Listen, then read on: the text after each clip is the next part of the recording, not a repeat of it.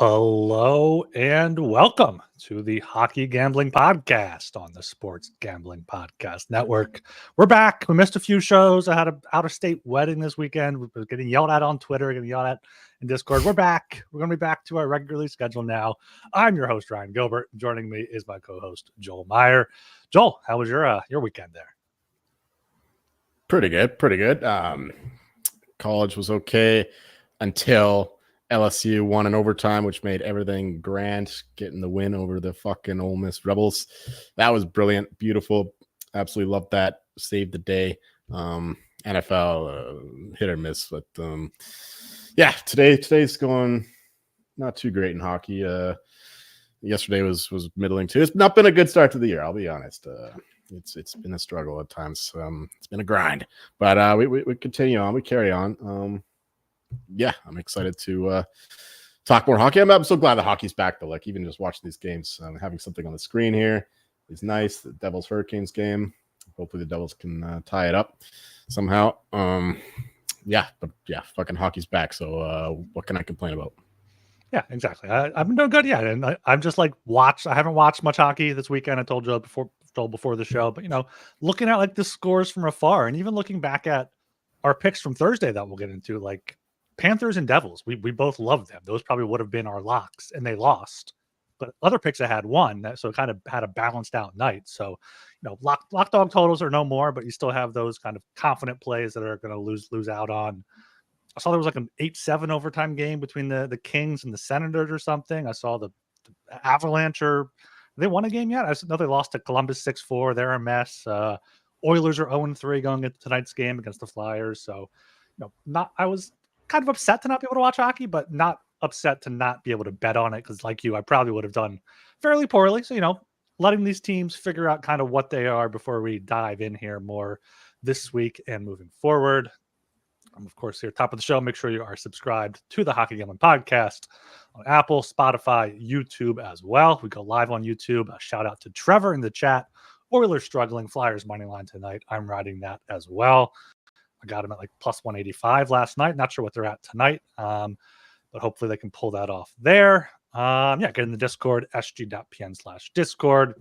Follow us on Twitter at HockeySGPN. All right, Joel, any big things from the weekend takeaways? Or how the Avs and Canucks are both kind of struggling, right? Canucks losing right now to the Lightning, going to be 0-3. Avs are 0-3. What's going on with your teams here? Far more concerned about the Avalanche than the Canucks. I could go over the picks, I guess, because they're highly related, because I did bet the Canucks to beat the Flames there by margin, and that did not work out. But it was all Canucks for most of the game, and they took their foot off the gas. They were leading 4-1, and then Sheloves just turned into an utter pumpkin, letting in a couple 2-3 soft goals. And yeah, the Flames had a lot of fight, and then once they got that second goal, they had all the jump. And the Canucks didn't really answer until JT Miller saved the day towards the end of the third period, scoring the tying goal to make it 5-5. And then, OT is a fucking crapshoot, so I'm not going to read too much into that.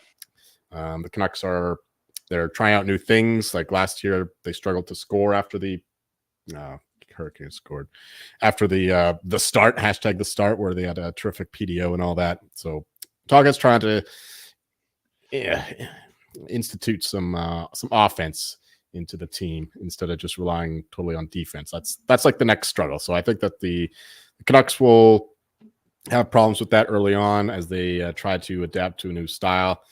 And yeah, they lost. And the second game, they lost Tyler Myers like right at the beginning. So they're playing with 5 defensemen entirely. That was one of the few games I watched this weekend. That was the Flyers opener against Vancouver. Right. And yeah, the first two power plays looked absolutely dynamic, brilliant, unlucky not to score. Erson made a few 10 Yeah, bell saves. he was killer. And then there was nothing on the other three power plays. Absolutely, I don't think they had one real chance. So the power play continues to be an issue with the Canucks. But Lankinen was good, and he's not playing this one, which she loves. I didn't see every goal that the Lightning have scored, but he doesn't look terrible at least. But yeah, Lankinen being a net there is a positive sign. So I'm not worried about Canucks. The Avalanche being well. I mean, it's ugly. Like Ben and I were saying after the game that he was positive that he would have bet the Avalanche to have a great game to win against the Islanders after losing the first two. But the pitiful performance. Like I get it. We're down Drouin, we're down Taves, obviously Nichushkin and Lekkinen, and still waiting for Landeskog. So the team is thin as fuck. And Makar, like he's clearly learning from Nathan McKinnon. Because he said that it would have been a lot closer game if he didn't play. I mean, he has 4 points through 3 games, and I'm so bad that the team would be better without me. That's exactly what McKinnon would say. So he's just as hard on himself as the Nate Dogg. Yeah, so the Avalanche got to get it together. Plus, their goaltending is just an absolute mess. Like Georgiev, he's dealing with something. That sliding poke check that he tried against the Islanders, it was absolutely miserable. He was nowhere close. So he's out of it right now. So yeah, Avalanche, huge concerns. Hopefully they can get healthy, but it seems like injuries are just a perennial problem with this team. Every year there's something going on. It seems to be one of the more injured teams, at least among the good teams in the league. Yeah, other than that, Lightning just scored as you're talking about the Canucks. Got a comment in the chat, actually. I was going to bring this up. Smitty, live bet stars. Give us a winner to start with. Yeah. Sharks just went up 1-0 against Dallas. We've noted multiple times how Dallas is currently at a different team by period. Currently at a pick 'em. Yeah, love that there for the Stars to stay undefeated there against the Sharks as a pick 'em halfway through the game. They can turn it on at any point. So that's a good live bet. We're throwing that out there. Yeah, I guess I have to ride now for the squad. Just a small bet. That seems kind of square. Yeah, it does seem kind of square, but But you know what? No, you know what? Because the Stars did the same thing against the Sharks last year. I remember they were down like 2-3 goals and they still won like 6-5 in overtime or something like that. And then there was another game that ended similarly. So you know what? I gotta find a book to bet that at. I'll do that pretty quickly. Yeah. What other takeaways? I can talk about my Flyers. The first game was against the Canucks, of course. Matt Vamishkov's NHL debut. Won that one in a shootout. Didn't really think the Flyers played too well in the first 2 periods. As you said, way too many penalties. But Sam Ersson was great in net. If he can play that well in net all year long, Flyers are going to be hopefully kind of dangerous, especially going into the potentially a playoff spot. But yeah, I mean, Travis Konechny was once again great, both on Friday and then on Saturday. On Saturday against Calgary, he had a shorthanded goal, then a goal late to bring him like within 2 or something. So Konechny is right back on it. Tyson Forster came up big for them as well, the power play goal. Cam York, of course, with the game tying goal, and then I don't know. I'm going to save this more for my Flyers podcast. Like, I don't know what the Flyers are doing in overtime. Like, puck possession is the thing in overtime. Keep the puck. Don't go 1 against 3 and take a shot. Like, the Flyers did not deserve the extra point. They're usually pretty bad in shootouts, so I was shocked that they were able to get it done. But yeah, on the Canucks side, Lankinen looked great. I mean, you couldn't really tell if you told someone, oh, yeah, that's Demko in there. Besides maybe being a bit shorter, yeah, he looked pretty good there. Then Flyers back-to-back on Saturday. Nojat Luchenko. Ivan Fedotov does not look up to speed at the NHL level. It looks like he just gives up on plays. Obviously can use his size a bit. 6'8" there in the net. Just go into the butterfly, hopefully, and make some saves. But he reacted too quickly to fake shots or didn't react quick enough. Like, it's just on a few of the goals, a bit unlucky, but on a few of them as well, it was just like, okay, move over a little bit and make the play. So hopefully he can learn that there. But confident in Ersson, and good to see the offense kind of spread out so far throughout the Flyers. I think Travis Konechny is the only guy with multiple goals. So yeah, excited to see what happens tonight with them in Edmonton. I am in on the Stars at even money, so hopefully they come back there. Although I wouldn't mind a Sharks win for my salami away goals. That would be pretty big, although it's kind of looking pretty bleak in general. Speaking of salamis, though, a macro perspective early on is a lot of goals. You mentioned the 8-7 game. I think that epitomizes the way the NHL is being played right now. Just not great defense. A lot of loose play defensively, plus some sloppy goaltending. So yeah, early on here, I don't think I've bet an under yet. So it's all overs until we on see salamis. You mean, right? You don't mean, have you bet an under for a game? Nope, not even a single No. one in a game. So I'm just looking at the overs. And then so far that's been working out. I haven't been enough of them though. Like I've been betting way too many sides apparently, not enough totals. So yeah, that's something to monitor going forward. We'll not have an under on Wednesday's slate. And yeah, so I'm looking at overs. What else is going on? Like the Flames. Okay, we got to talk about the Flames because yeah, 3 games, 3 wins. My position on them once again looks precarious.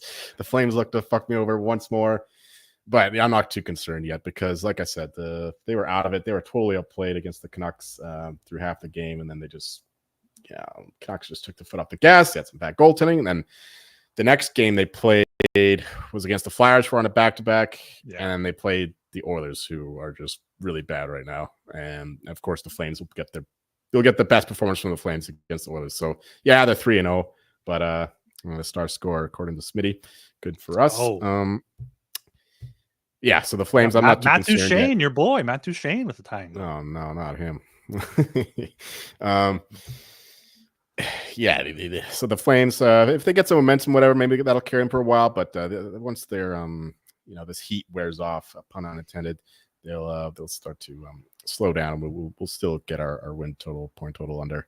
So I'm not too concerned about the Flames just yet. Oh, except that, of course, it was Connor Zary to score the overtime goal against the Canucks to beat my money line play as well.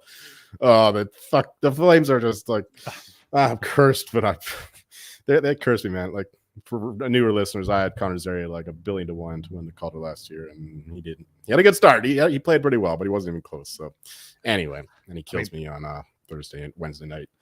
Yeah, I've seen a lot of semi overreactions to like 3 or 4 games so far for some teams, which I get. It's the start of the year. You're seeing them for the first time. But like, if these 3 game stretch happened the middle of the year, how would you look at it? And like you said, the Flames are going to play up against Edmonton.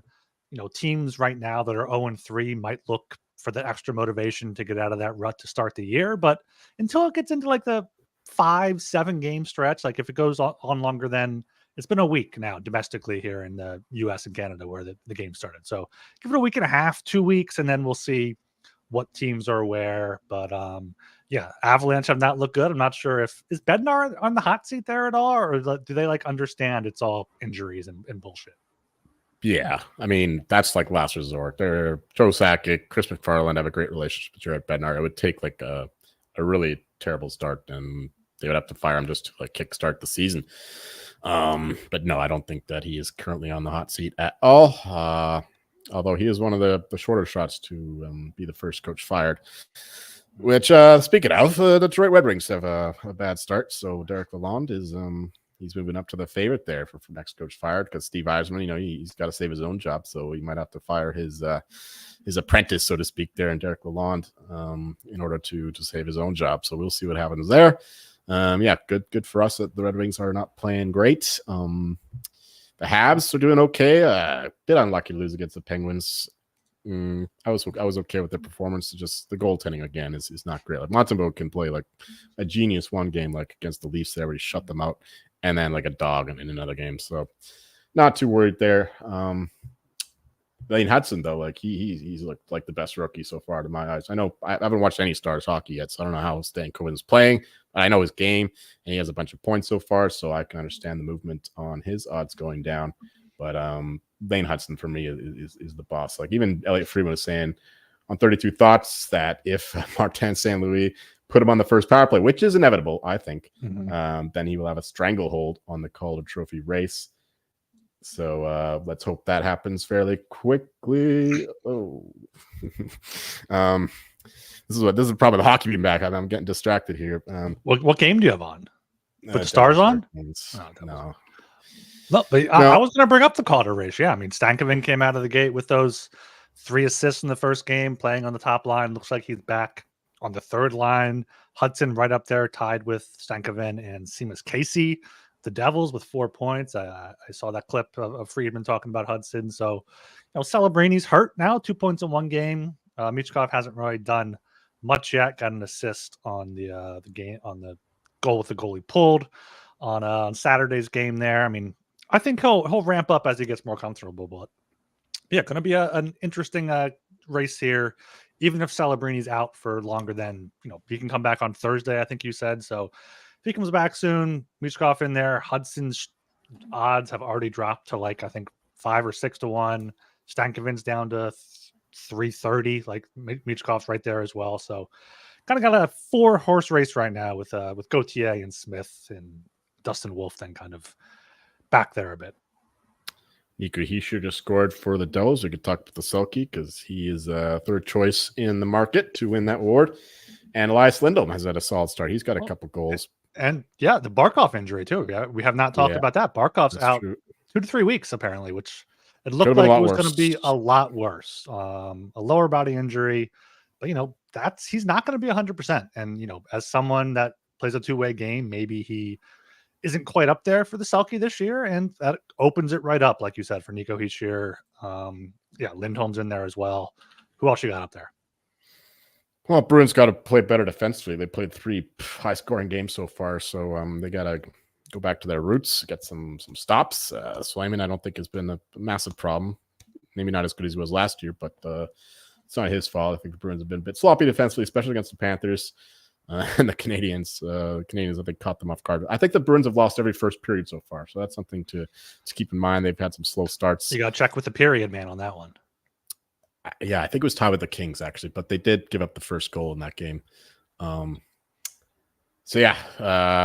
guys. I mean, I think those are the 2 guys that bet, other than JT Miller at 100 to 1. Austin Matthews hasn't scored yet, but he's playing a more defensive role, so maybe that'll help in the end. But you still have to provide some offense as well. Kopitar had a hat trick in that game against the Sabres with a 5-on-3. Yeah, then they gave up 8 goals to the Senators. Well, it's one game though, but I mean, Kopitar putting up points. It's a concern. It's definitely a concern. Yeah, a concern as well for my guy Sean Couturier has been bumped down to the third line at times. I think the Flyers are still trying to figure out what line is which, but he's not on the power play to start the year, so still 100 to 1, but not really looking too good there for my boy Coots. Yeah, besides that, I got Cirelli, I got O'Reilly 100 to 1, JT Miller, Bo Horvat 75 to 1, and Lindholm and Hischier are my bigger guys there with the Selke. Yeah, touch on the heart. I bet Eichel 75 to 1. That number's long gone, but I like what I've seen from the Knights offense. Of course, now when they go on the road, because they're a miserable road team, they're losing to the Washington Capitals, unfortunately. Logan Thompson revenge game right there. Oh, is he in that for the Caps? Yeah, I think it's his first start. I think Eichel got at least a goal, if not. Yeah, he got one. Oh, nice. Good to hear. Because McDavid has had a slow start. So he's still 40 to 1. I'm seeing Bet Rivers 35 to 1, DraftKings, but I'm sure you probably got 50, 75 probably for Eichel. 75, yeah. Because McDavid has had a slow start, and if the Oilers just do the same shit they did last year, then other guys can be alive. So I'm willing to take some long shots right now. And yeah, speaking of the Oilers, one last thing I guess from the takeaway segment is I don't know what's going on with them. Like their blue line is terrible, like even worse than last year. You said before, like CC is he's not great, but he's better than what they got going on right now. Philip Broberg missing 2. They lost Desjardins. I mean, these guys were healthy scratches, but still, they're not. They haven't been replaced, and they're definitely not improved. And Ekholm's another year older. Bouchard is not good defensively. So yeah, the Oilers are in the same position, pretty close to the same position they were last year. I mean, even last year they didn't lose the first 3 games in a row. So yeah, we'll see how it happens tonight against your Flyers. Yeah, I mean, they'll be fine in the end. Maybe they'll just have to fire another coach and just do the same thing as last year and then get all. Well, they brought in McDavid's junior coach. Can they bring in like his midget hockey coach? Like is he hanging around out there, Pee Wee coach or something? Yeah, just keep going back and back. But yeah, I mean, they don't have the goaltending to compensate for that bad defense. So the offense got to pick it up because they haven't scored 2 goals in the game yet. I don't think they've what, 3 goals, 4 goals. Not a lot. Once against the Flames, once against hopefully that continues. Not a lot, yeah. And they lost to the Blackhawks. Did they lose to the? Oh, I saw one of Bedard's passes in that game. Yeah, they lost. Where's I don't 6-0 to the Jets. 4-1, 5-2, 6-0. So yeah, they've been outscored 15-3 in 3 games there. I think that's twice as bad as the next team. It was like minus 6. Well, I think the Avs are the next team. I think I saw like the Oilers and the Avs had the 2 worst. I thought the Avs would be worse than minus 6. All right.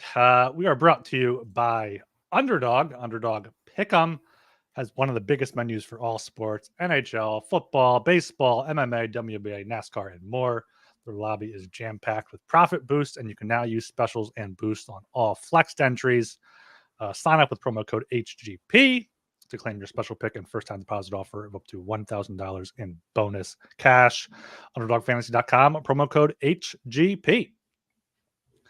All right, we had a live update here. We had a fuck the Sharks in the chat from Smitty, but now I'm seeing the Stars tied it again. Rupe Hintz with the goal here. So same high-flying last year, apparently. High-flying action down there in Dallas.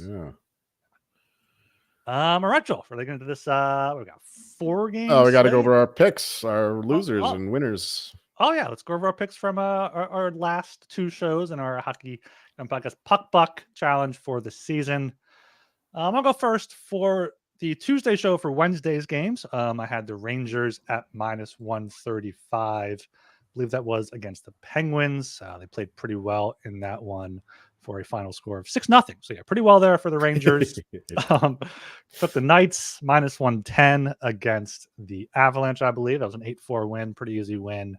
And the Jets +134. Another 6-0 win against Edmonton. So damn, that was a nice slip for you. I only put 10 puck bucks pretty much on each of them. So, next show for Thursday's games, I had the Kings -115 against the Sabres. Bruins puck line +105 against Canadians. Hit both of those.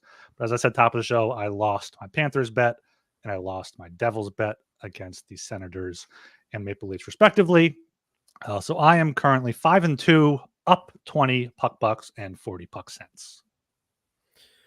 Yeah, I did not fare nearly as well. That slate was not good for me. I was on the other side of that. I took you on. I bet the Penguins +115 there. They lost 6-0. They were miserable. They had a good start, actually. They had a pretty good start, but then once the Rangers scored, I think it was the second goal, then it was just all Rangers after that. And yeah, we feared for the Penguins, but they played fairly well since then. Another bet was the Canucks against the Flames. That was looking great. 4-1 after the first period, but as I said, Flames came back, won in overtime. Then the next one, the Devils as well. That was a bad bet. Leafs were really good in the first period. Came up 3-0. I mean, I should have known better because the Devils just got back from Europe. Bad start to their return to North America. And yeah, they kind of made a game of it. And I also said the over 6.5 in that one. This was a good bet that should have cashed. It was 4-2, close to the end of the second period, and there was not another goal after that. So I think I deserved a better fate in that one. Coyotes, Islanders over 6. Crazy third period. I think it was 5-4 overtime win for the Yotes. And of course, Islanders game goes to overtime. Stars, Preds over 6, 4-3 for the Stars. Pretty comfortable one there. Slow start, I think, but the Stars got up to a 4-1 lead, and the Predators helped me out with the over. And Pittsburgh, Detroit over 6.5. 6-3 for the Pens after a bounce back performance against after the Rangers lost. If I knew that the Penguins would lose 6-0, I would have bet the Penguins here as I did. But I bet the Red Wings, actually. I bet the Red Wings for the game, unfortunately. So that can happen sometimes. And yeah, 6-3 win for the Penguins, who got the over there, and the Wild -1.5. They won this game. I got cucked, though. They were winning 3-1, but then the Blue Jackets, I think it was, scored with a minute left with the goalie pulled. So I got cucked again. They couldn't get an empty netter. It was pretty close at the end. But unfortunately, that's what happens. But at least I was heavy on the money line, so at least that came through. But yeah, not a good start. Down 92 puck bucks and 92 puck cents. Yeah, we don't have that up 3 goals promotion. Otherwise, you would have hit your Vancouver bet. We don't have that here at the Puck Buck Challenge. Yes. All right, Joel. Now, are you ready to get into the 4-game slate for Wednesday, October 16th? Yes, sir.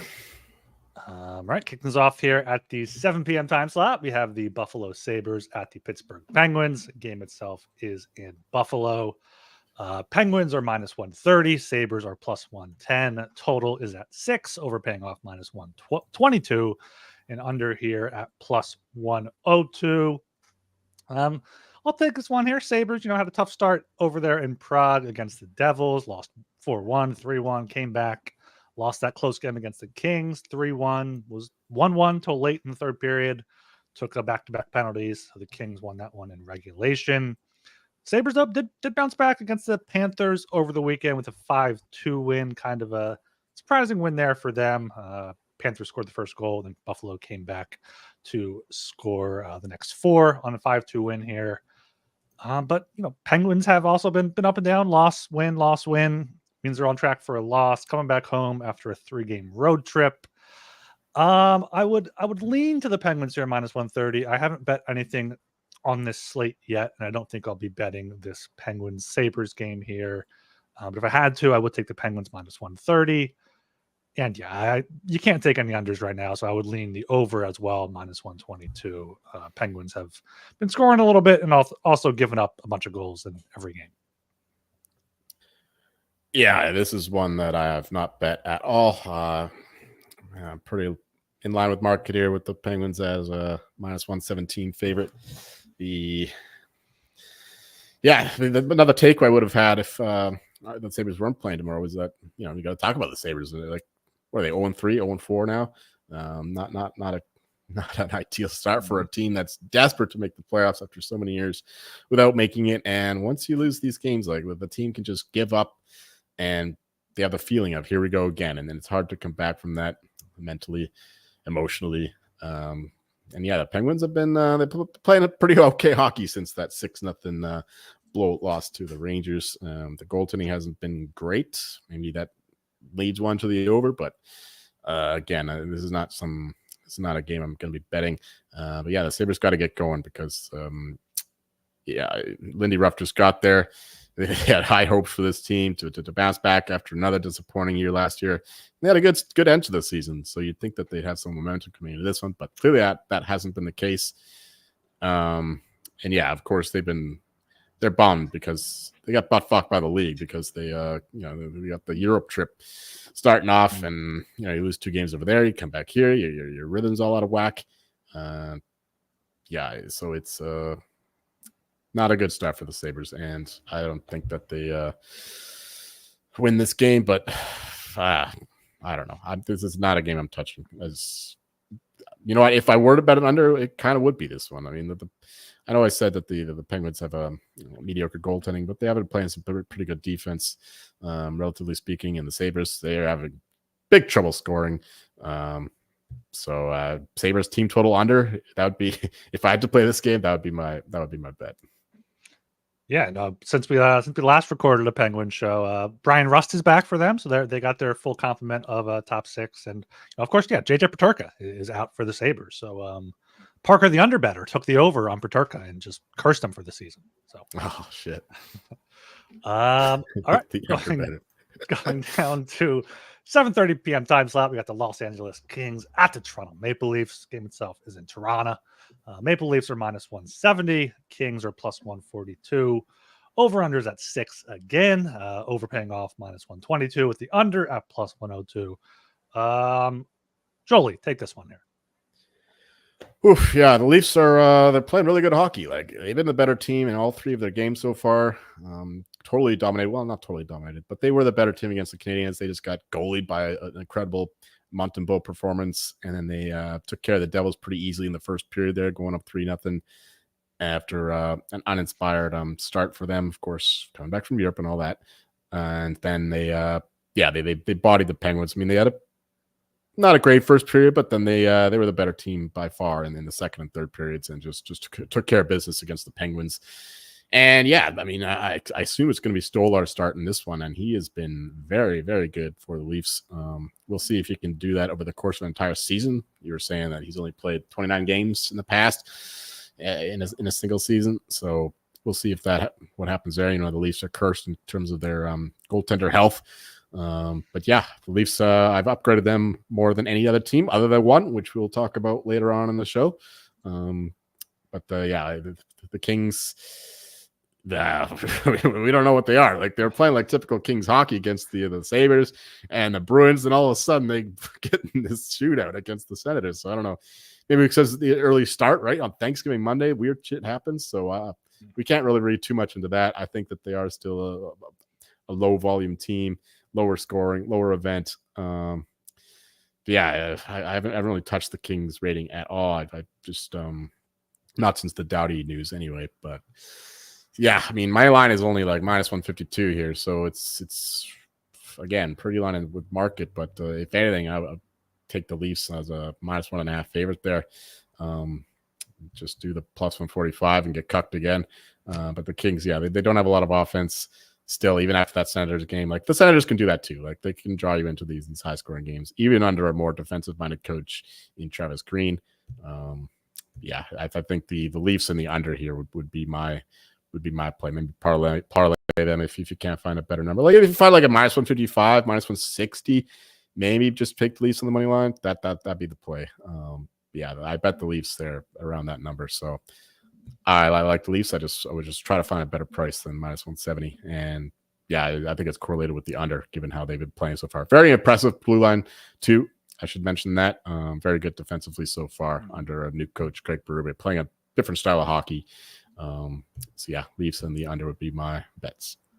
There is a -155 out there. I think I would take that as well. -170, as you said, is a bit steep, but -155 is at Bet Rivers, probably at Parks and Unibet. Is that still? I don't know if Unibet's still a thing. It closed down, I think, in PA. So that's still out there. It's still a thing. Okay, up there for. They let me bet Canada. there sometimes. All right. -164 FanDuel, 65 MGM. So get a few cents there. Yeah, I would definitely go with the Leafs here. -170. Tad steep, and I don't really trust their puck line at +145. So maybe I know some books are offering same game parlays where you can parlay the team to win and a player to get a point. So like maybe Maple Leafs to win and Matthews to get a point or something. But I want to bring up that I'm seeing here on the injury report that John Tavares and William Nylander are game time decisions due to an illness. And last season, that was a good the thing sick for the Leafs. Are back. So you never know who you're going to get there with the sick Leafs. It does look like Joseph Wall is still out. So I trust Stolars, especially to shut down the Kings, because they only had 4 goals in their first 2 games before getting 7 against Ottawa, including 3 in the power play. Maple Leafs still have not scored a power play goal this season. 0 for 9 there. Kings just gave up 4 on 6 chances to the Sens. So give me the Maple Leafs here. -170 is steep, but if I had to play it, anything at this price, I would play that. Maybe a puck line or like a power play point for Matthews here. The season didn't even last a week, and the Leafs are already getting sick again. Like, what's going on with this team? I don't know what's is condoms or what? Like, they're always there. That happened like 3 or 4 times last year. But you know what? I changed my mind. Just wait until we get some firmer news, and then just bet the Leafs at a better number tomorrow. Because obviously, if this sickness gets out there, we'll get some money on the Kings, and then you'll get a better price on the Leafs. So I did not know that. So that's good to know. That'd be my apparently Tavares practiced today, but Nylander is a game time decision. This is according to covers.com, their game previews. So that's what I'm basing it off of. Monitor this. Yeah. And you mentioned Craig Berube. What would it take for you to bet him for Jack Adams? Are you gotta wait it out and see?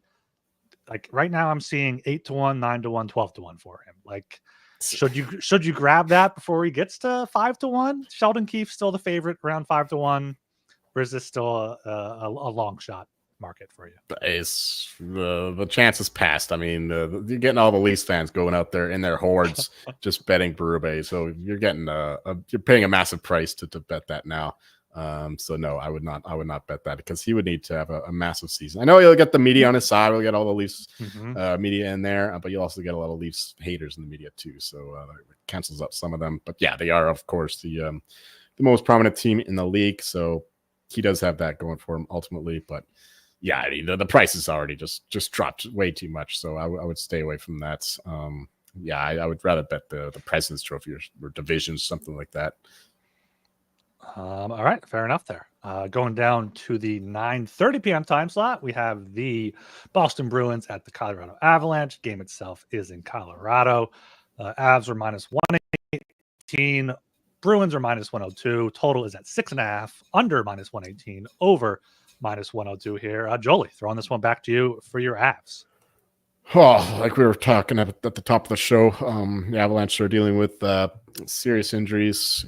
Taves now and Drouin. We know about Natushkin, Lehkonen, and the Bruins. They bounced back strong against after that loss to the Panthers. They're gonna be fuming because they can't seem to beat the Panthers, and I think that they'll come out strong here. So they got something to prove as well. The altitude works against them. Early in the season, players aren't entirely well conditioned. That's always a thing in the NFL too. The Denver Broncos typically play better at home earlier in the season, and I think that's the same thing with the Avalanche here. Not so far this season though. 0-2 at home so far against the Blue Jackets and the Islanders.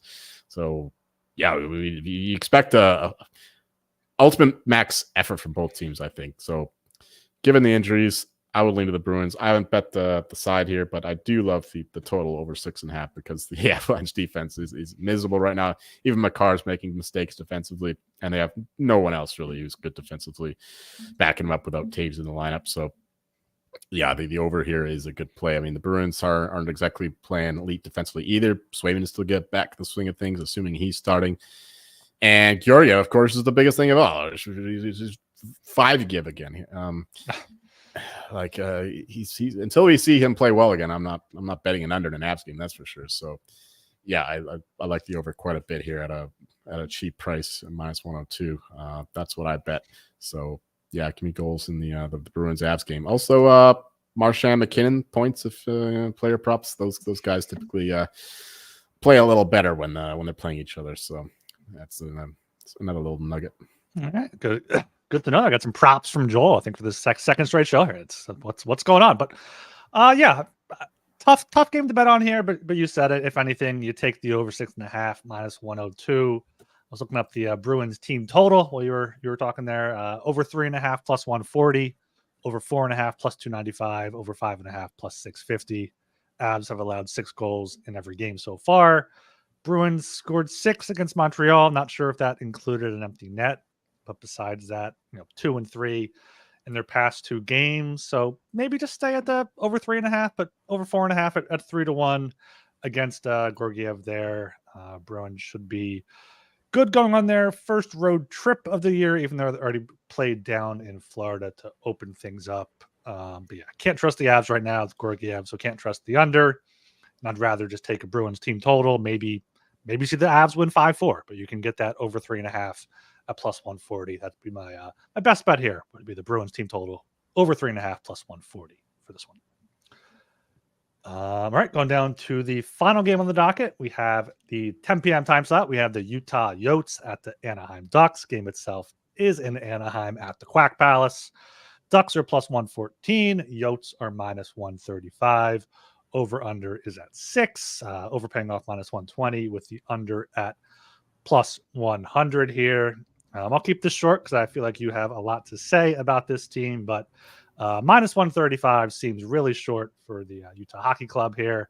I guess it is the home opener for Anaheim. I had not realized that, but 2-0 win in San Jose, 3-1 loss in Vegas, a few days off. Utah continuing their road trip, now going out west after starting in New York and New Jersey. So give me Utah here, minus 135. Don't even hate the puck line. Puck line plus 185. Could see a multi-goal win here.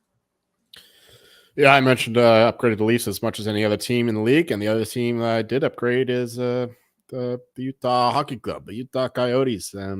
Moved them up a solid 5 points. I've been really impressed by the way they played. Their only loss so far was that 3-0 loss to the Devils, but a lot of that was just solid goaltending from the Devils, from Jake Allen. Yeah, but the offense, I think, is really clicking for the Yotes. I know they haven't played the best of competition, but still, I thought this line is crazy to me. Minus 135 against the Ducks. Even this, there you can find a lot better prices out there as well for the Yotes. Like, what is my line? It's something crazy. It's minus 147. So even this line there's some value here. So yeah, I mean, I've been too impressed with the Ducks. They beat the Sharks, and they always have a good start, I guess. But yeah, no, there's no way. Like the hockey club looked like a playoff team. The hockey club. I can't help myself. It's so fucking funny. Hockey club. Yeah. They really improved offensively and defensively. And the Ducks are still the Ducks. They're fairly healthy. They're really healthy, actually. I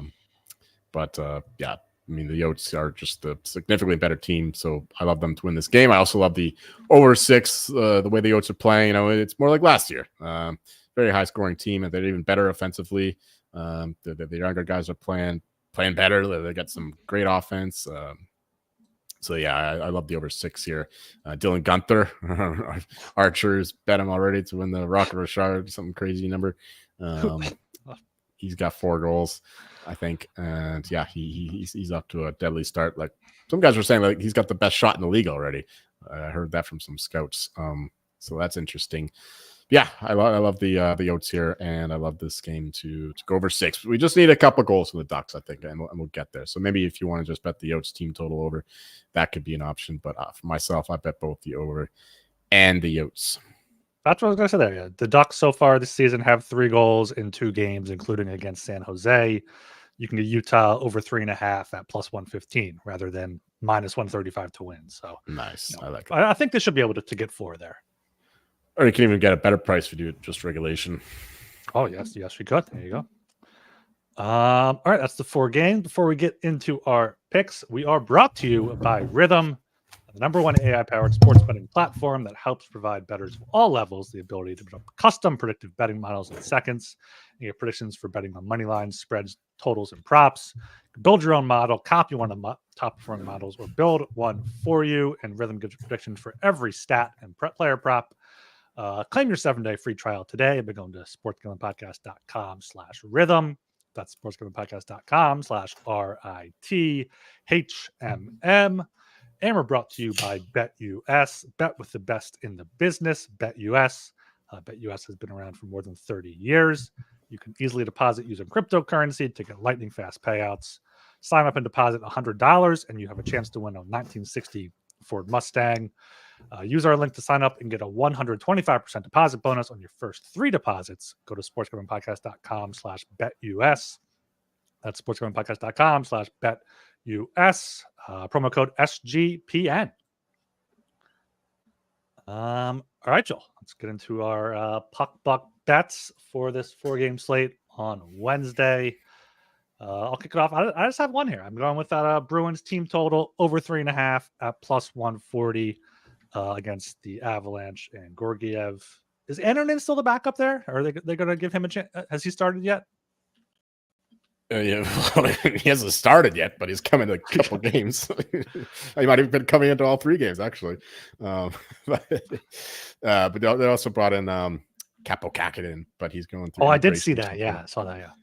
I'm placing 20 puck bucks on that, by the way. 20 puck bucks on Bruins team total over 3.5 at plus 140. I like it. I'll